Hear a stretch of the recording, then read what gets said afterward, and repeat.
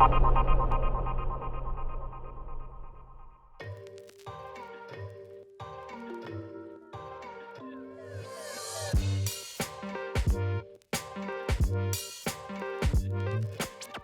Fleetsters! Welcome to another episode of FLEETtv. I am your host, Carla. Today, we're going to be talking about pride in STEM. The Fleet's mission is to realize a San Diego where everyone is connected to the power of science. And by everyone, we mean everyone, including all identities, all backgrounds, all everything. To talk a little bit more about pride in STEM and science pride, we've got some of our favorite scientists. Hello, my name is Dr. Jeanette McConnell, and I have a science background in chemistry. Now I serve as the Education Outreach and Diversity Coordinator for the NSF Center for Aerosol Impacts on Chemistry of the Environment.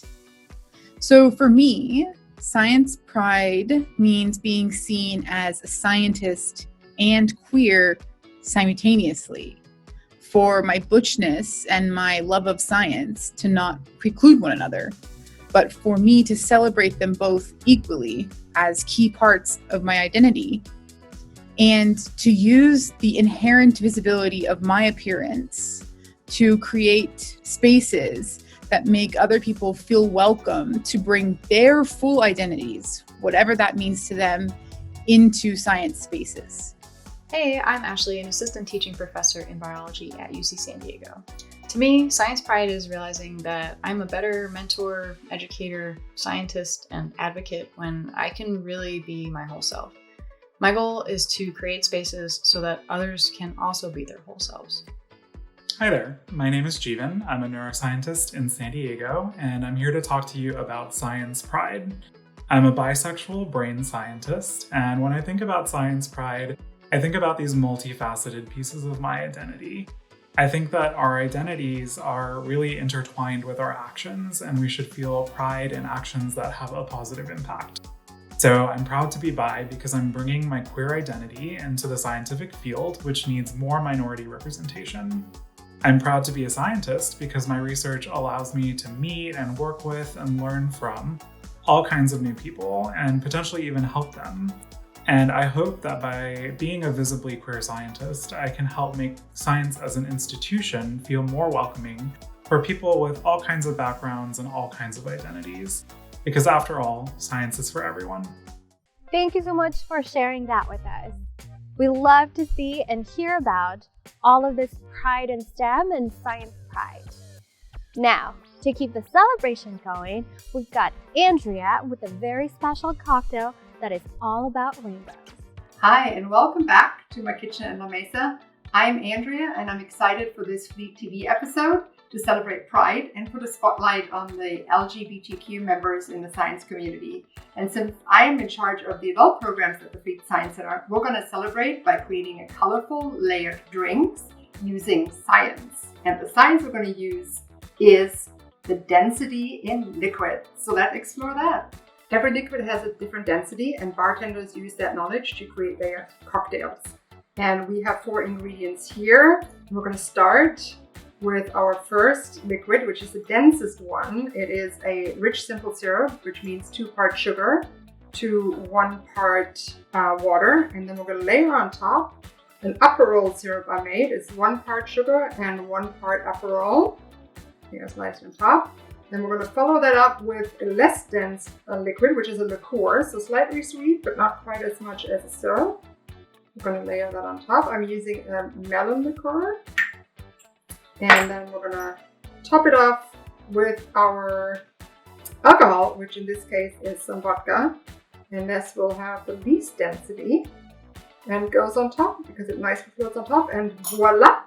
You have a wonderful layered cocktail. This is colorful but very sweet, so I encourage you to try this at home with your different spirits and the different liqueurs and the different syrups that you might have at home or you might want to make yourself, and see which ones you can layer on top of each other, what works, what doesn't, and explore some of the different densities in liquids. And all that's left to do is bottoms up. And with that, I thank you, and I'm going to give it back to our host. Now that is what I call a fun cocktail. Also, my recipe hands, who wants to keep the cocktails going? I know I do. So let's take it over to Riza with the science of jello shots. Hello again, FLEETtv. Super good to see you again. On today's episode of Raisa Turns Her College Degeneracy into Science Education Content for the Internet, I'm super excited to be here today to exploring the science of jello. All right, so what exactly are we working here with today? So what I have in front of me is a few boxes of jello, just like you buy in the store. And our mission is to take this from this box into the jello form that we all know and love, that nice, jiggly gel state. So real fast, let's do some throwbacks to our very early science education. What state of matter do you think jello is? Do you think it's a solid? Do you think it's a liquid? I really doubt you think it's a gas. Take a second and chew on that. All right, so if you couldn't come up with an answer for that, that is totally okay, because indeed jello as we know and love it isn't any of the above. Jello is actually what we refer to as a gel, which just refers to a bunch of liquid that has been encapsulated inside a network of solids.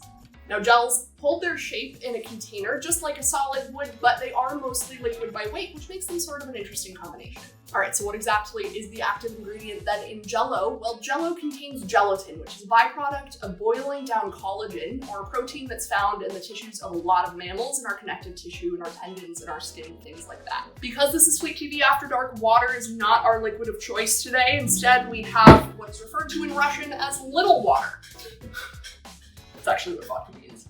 Now, our end goal is the exact same. We're still trying to suspend a little bit of little water inside a network of the polymers that we're going to get from our gelatin, and we still want to make sure that whatever gel we come up with is strong enough to hold those bonds at room temperature. Now, one thing that I do want to talk about is that different gelatins have different what's referred to as bloom numbers or bloom strength, and that just refers to the strength of that gel, the amount of liquid that it's able to contain within itself within the polymer chains that form.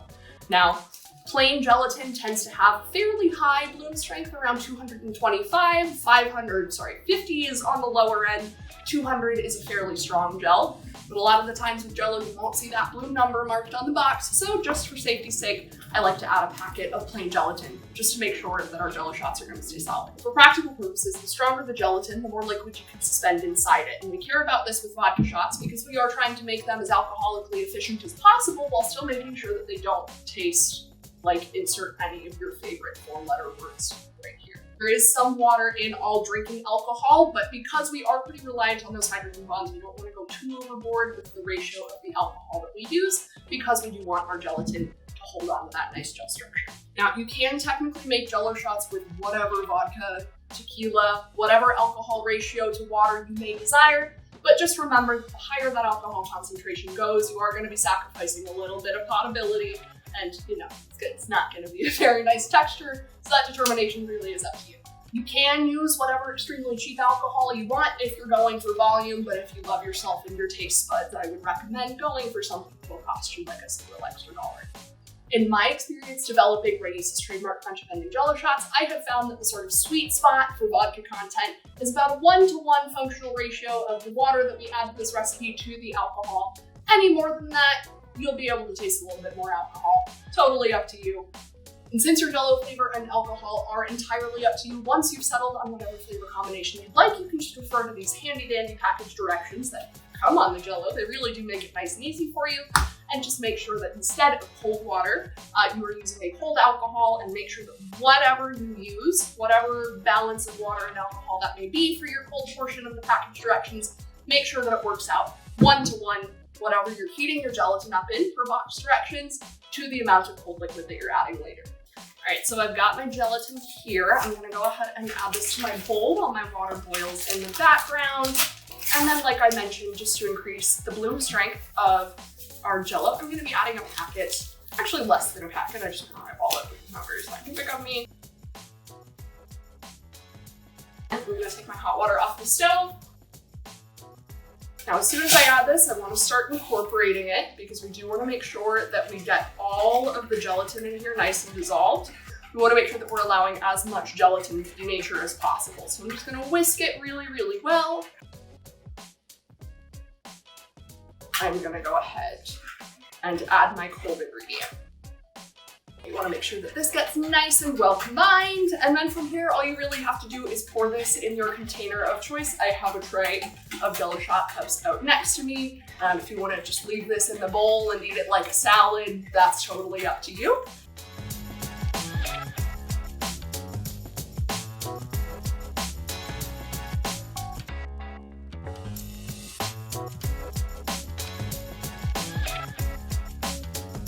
Now this is what I call a great celebration. We've got amazing scientists sharing with us their pride in STEM and their science pride, and we've got 2 amazing and sciencey cocktails to go along with it. How do you celebrate pride in STEM? Let us know. If you like this video, make sure you like it and share it in any of our social media channels. Also, we'll see you next time.